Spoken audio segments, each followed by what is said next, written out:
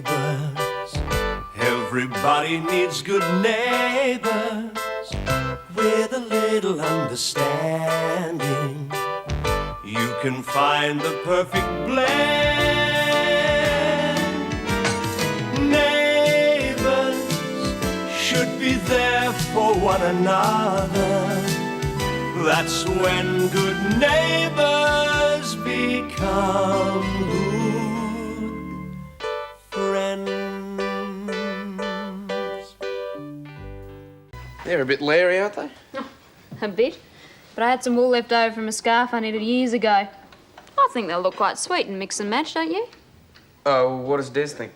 I don't know. I'll ask him when he gets home. Where is he? He's at the waterhole having a drink with Paul. Why, what's the problem? Well, I was sort of wondering if I could have a small advance on my wages.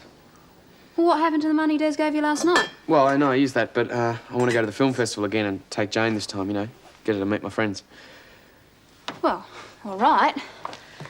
But no more borrowing against your wages, OK? I promise, I promise. 20 enough? Fine, thank you. I'll get it. Mrs. Mitchell. Oh, hello, Mike. Get here, Madge.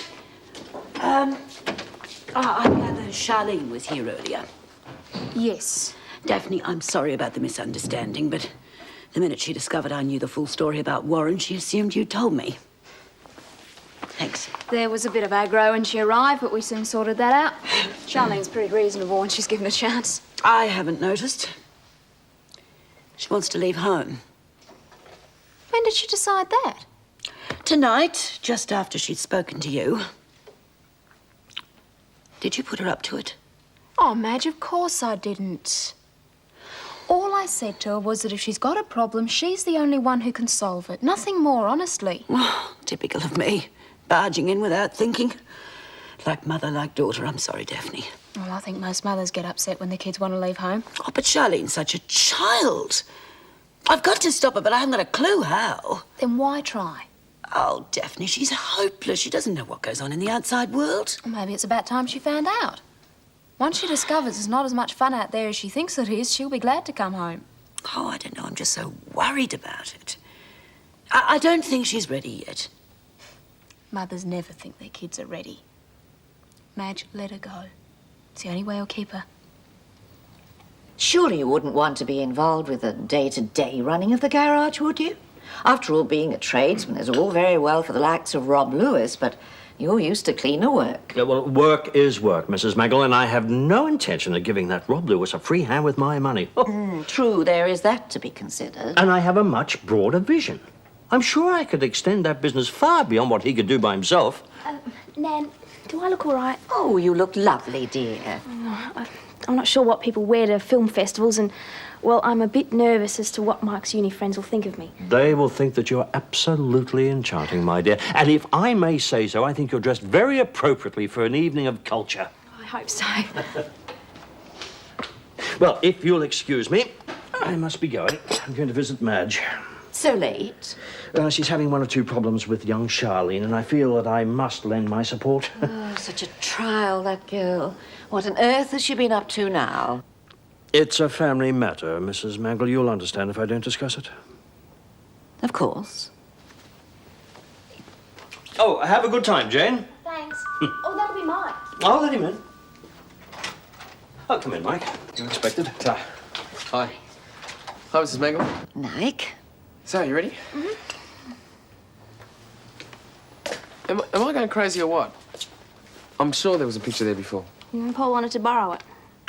Well, what for? Beats me. Nan? Oh, I'm afraid I don't know. Paul was most mysterious. Or perhaps I should have refused. But I didn't want to appear churlish. And besides, he mentioned the possibility of an increase in its value. Rather a pleasant prospect, don't you think? So this is what you do while I'm hard at work down at the gym? You've been working out all this time? Yep, working his elbow.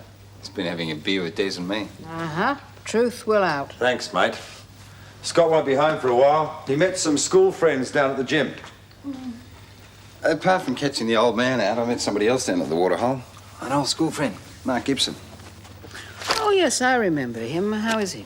Well, he's doing well. Oh, he's working on acquisitions for the State Museum, but he's temporarily been seconded to the MacArthur Foundation. And what's he doing there? Well, he's on the selection committee for the MacArthur Award for Art. And he was telling me, actually, that applications are about to close. Well, he'll have a big job ahead of him. Yeah. Gran, it's not too late. Why don't you submit a painting? If that's a joke, Paul, it isn't very funny. You know I'm not painting anymore. Only because you've lost confidence. And it's crazy to let one person's opinion do that to you. Not if that person was right. Oh, who says? Paul, I don't want to discuss it. I'm not submitting, and that's that. But Gran... No. Your dinner's in the oven. Oh, there's plenty there, Paul, if you're hungry.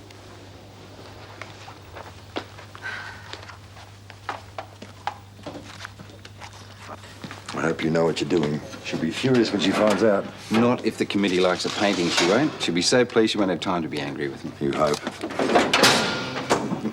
I think it's time we stopped talking about it.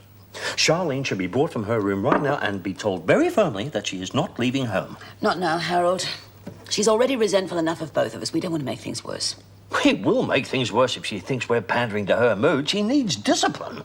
Well, maybe a bit late, but it's better than nothing. I don't agree. But she's a child. We can't leave her to make adult decisions. We were wrong about Charlene, Harold. She's quite old enough to decide who she goes out with. We should have accepted that. Well, that's as maybe, but if there's one thing for certain, she is not leaving this house. Well, I'm sorry, Harold. You're too late. I've already decided to let her go. But she can't.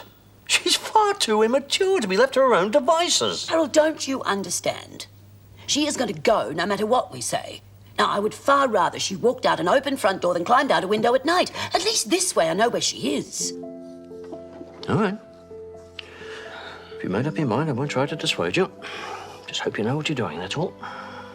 That's the trouble. I've absolutely no idea what I'm doing. I just know I have to do it.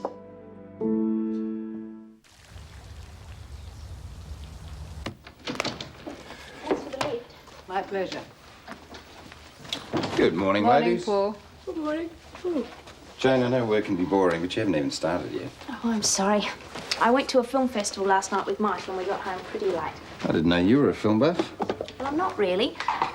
The films were okay, but well, afterwards we went and had coffee with some of Mike's friends and talked about what we'd seen, and oh, I could hardly follow a word of it. I find that hard to believe. Well, it's true.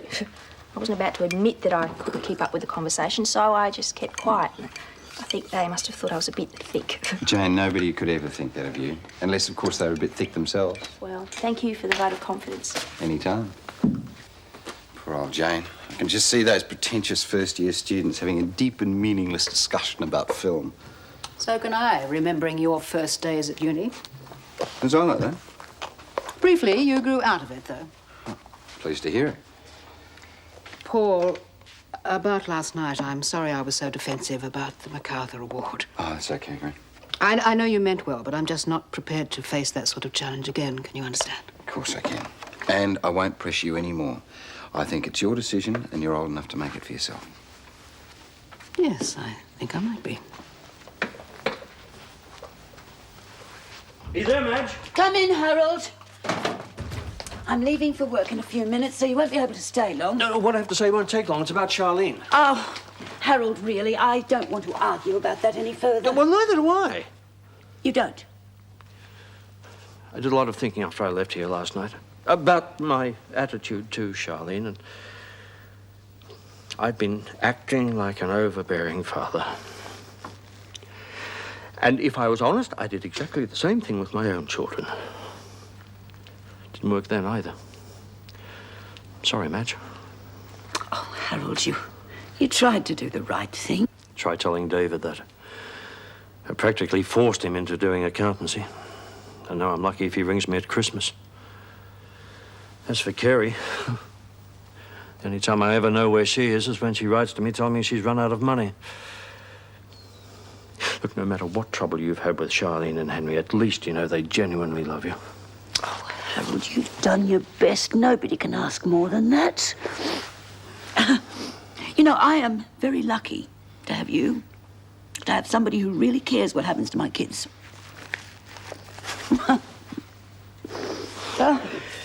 Well, now, What are we going to do about Charlene, eh? It's her first job. How will she possibly handle the bond, the electricity, things like that? Badly, I should imagine. Although she's talking about trying to find someone to share with. Is that wise? I mean, she's very impressionable. She might get in with the wrong sort. My sentiments exactly. However, I haven't told Charlene yet, but I'm going to advance her the bond and the first month's rent on a place of her own. I'll even help her find it. Oh, very wise. At least that way you'll still have some control, Oh, eh? no, Harold, I'm afraid not. Any help I give Charlene from now on has got to have no strings attached. She'd see through me in 5 seconds flat. You're right, of course. You're being much more sensible about this than I am. Tell you what, whatever you and Charlene decide upon, I'll back you all the way. Oh, you've no idea how good it is to hear that. Oh, I've a rough idea. Jane said you're alone. Okay if I come in? Sure. Are you busy? Not very, I'm afraid. Good. Then you'll be free to show Mr. Udigawa around. Well, his flight from Tokyo should be touching down right about now. Oh, yes, the Japanese businessman. Is he being met at the airport? I've arranged all of that. He'll be staying at Lassiter's while he's here. Oh, he's here mainly to work. But if he wants to do the tourist bit, he's going to need a hostess. Which is where I come in. Yeah, if you wouldn't mind. No problem at all. I'll enjoy it. In fact, I like koalas just as much as the Japanese do. Oh, Paul, I'm sorry. I didn't know you were busy. Oh, it's all right, Madge. I was just leaving. I'll get on to Mrs. Mangle right now and make sure Mr. Udigawa's suite's ready. Right, thanks. Bye-bye. So, what can I do for you, Madge? Have a seat. Oh, thanks. Well, it's Charlene. She has decided she's old enough to leave home, and against my better judgment, I've decided to let her. It's all a bit sudden, isn't it? Oh, it's been brewing for a while. Anyway, I've told her I'll help her find a place, and I just wondered if any of your properties were vacant. Oh, I'm sorry, Madge. Not a one at the moment. Wouldn't you be better off going through an estate agent, though? Oh, yes, I suppose I would, but I'd really rather deal with somebody I know. There's one place that comes to mind. What do you think of Lassiter's caravan? Not much. Nor did Shane, obviously, or he wouldn't have moved into a flat with that friend of his. Oh, come on, Madge. The reason Shane moved out is because he was running out of room for his stereo equipment and spare bike parts. Look, the caravan may not be the rich, sure, but it's cheap and it's close to home. Oh. No, it may be all right for a boy, but I don't fancy my daughter camping out like a nomad. No, I think I'll have to try and find her a bed sit somewhere handy. Oh, best of luck. There's not too many in Erinsborough. Well, not vacant anyway. There's no need to read the contract through. That's the usual legal mumbo-jumbo. I couldn't possibly go to the solicitors or sign a document until I was sure exactly what was in it. Don't suit yourself, but you'll find it's all in order. Oh, I'm sure it is. Still, I prefer to check. And if you don't mind, I'd like to go to the garage when we're finished here. I'd like to familiarise myself with the whole setup. Yeah, well, we're pretty busy at the moment. Excellent, excellent. I'll be able to see how things actually work before I make my final decision, eh? I thought you had made it. Good Lord, no. No, I could never commit my money to something until I first made sure that everything was in working order. You want to check out everything? Everything.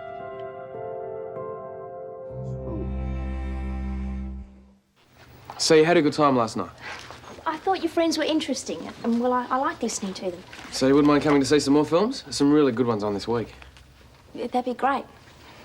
And in return, how about I buy you lunch today? Well, I've got classes till 12:30. Well, I could meet you at the coffee shop at 1. You're on. Mike was just leaving. Yeah. See you later. Mr. Udigawa, I'd like to introduce my secretary, Miss Jane Harris. How do you do? It's a pleasure to meet such an attractive young woman. Oh, well, thank you. Come through. Oh, and this is Helen Daniels, Mr. Udigawa. How do you do? Ah, so I've heard of you. You are Rosemary Daniels' mother, yes? Yes, I am indeed. She is a very clever woman. You must be proud of her. I am. Yes, and not only is Helen Rosemary's mother, but she's also my grandmother. Impossible. You're too young. Ah, thank you, but I'm afraid it's true. I believe that it is also true. Your son-in-law is a businessman. Yes, he's an engineer. He has his own company. So many in one family involved in business. Very good. My family is the same. Was Harold meeting us at the solicitor? I tried to phone him. He wasn't there. He's been here, getting under my feet. He's been here, he's been there, at the bank. Under the cars, you name it, he's been doing it. And do you know what he had the nerve to tell me? My workshop's too dirty. It's truth, whoever heard of a clean workshop? You didn't do anything to upset him, though, did you? Don't panic, I've been keeping myself under control. I bit my tongue so often it needs stitches. Oh, just hang in there. Once he's signed, you can get him out of your hair. It won't be too soon for me, I can tell you. Oh, Jim, I've been watching the cars being cleaned, and, well, you wouldn't care to come and have a look, would you? I'm not particularly. Why? Bit worried about Charlene. I think the work might be a bit too heavy for her. I wouldn't let Charlene hear you say that. She's liable to accuse you of chauvinism. Couldn't find a job in the office for her. Could be something more suitable. I didn't hire her to type. I hired her to clean cars. And while she's working for me, that's what she's going to do. Get it? I'm merely making a suggestion. Let's leave who works where until after. If we don't get moving, we're going to be late. Right. Right. Right. I haven't got anything planned for him till dinner. He's feeling a bit jet-lagged. He could probably do with the rest. Well, what do you think? Are we impressing him so far? Yes. Unless he's putting on an extremely good act. I think he's absolutely charming. Oh, you would. Well, I'm not averse to a bit of flattery, especially considering how scarce it is at home. The weekend rosters, Mr. Robinson. Oh, thanks. Although you didn't inform me personally, I'm told that Mr. Adogawa is a very important gentleman. Will there be any need for special culinary considerations? What did you have in mind, Mrs. Mangle?